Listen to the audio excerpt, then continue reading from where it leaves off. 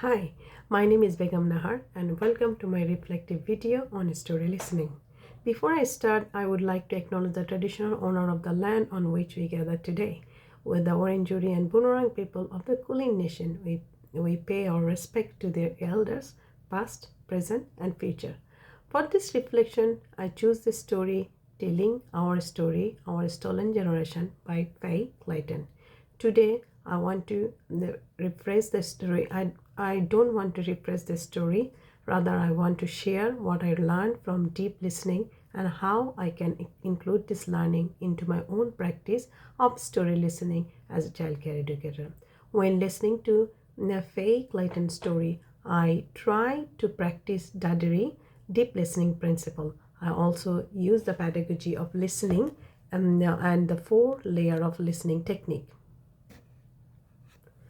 According to Anganmar Bowman, 2002, Dadari is a listening practice. This is not just listening, but it is to practice the listening with deep, quiet, and respectful listening. Very often, we only hear words while listening, which don't give us a very deep understanding of the story, conversation, or context. What I realized with Dadari practice to listening is that if you slow down, pause yourself from the activities and remain fully present in that moment. You also need to be very open-ended and heard.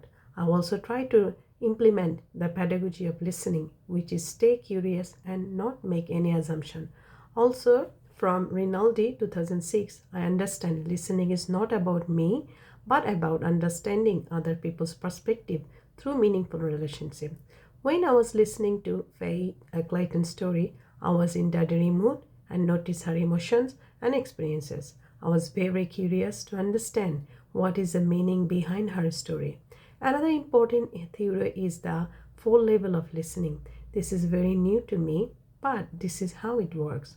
First, I paid close attention to the words she chose to tell her story.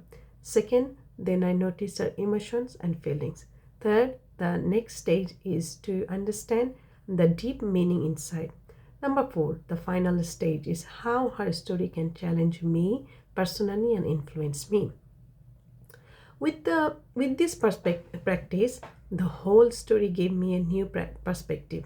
I have some knowledge prior to this course about the stolen generation.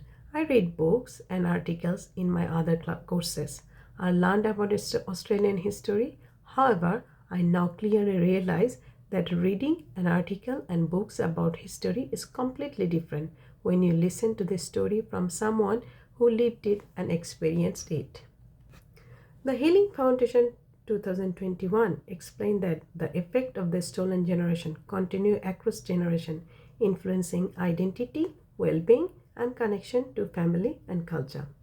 When I saw the emotional feelings in her face, I could deeply realize what impact those policies have on the people at that time, especially on young people, families, and the community. I can clearly see her pain as she still carries it in her heart.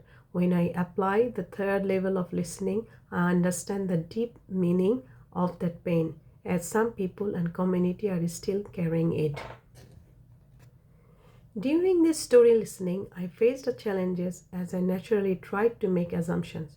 In my mind, I was analyzing and explaining myself about the story rather than paying deep attention. Then I remind myself to follow Dadari and be open and give my full attention.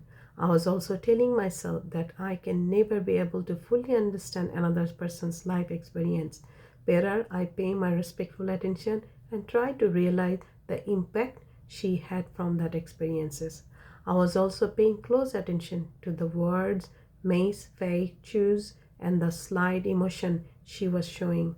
I was clearly saw her emotion when she was talking about her experience of being separated from her family. At that moment, I was become emotional, and I also understood the deep meaning of her pain. Some feel when separated from their families. It made me realize how important family is in any person's life.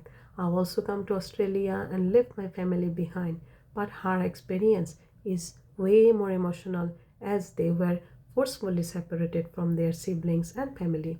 This type of trauma can stay lifelong on her identity and well-being. Last but not least, in my practice, I'll continue to add storytelling and story listening.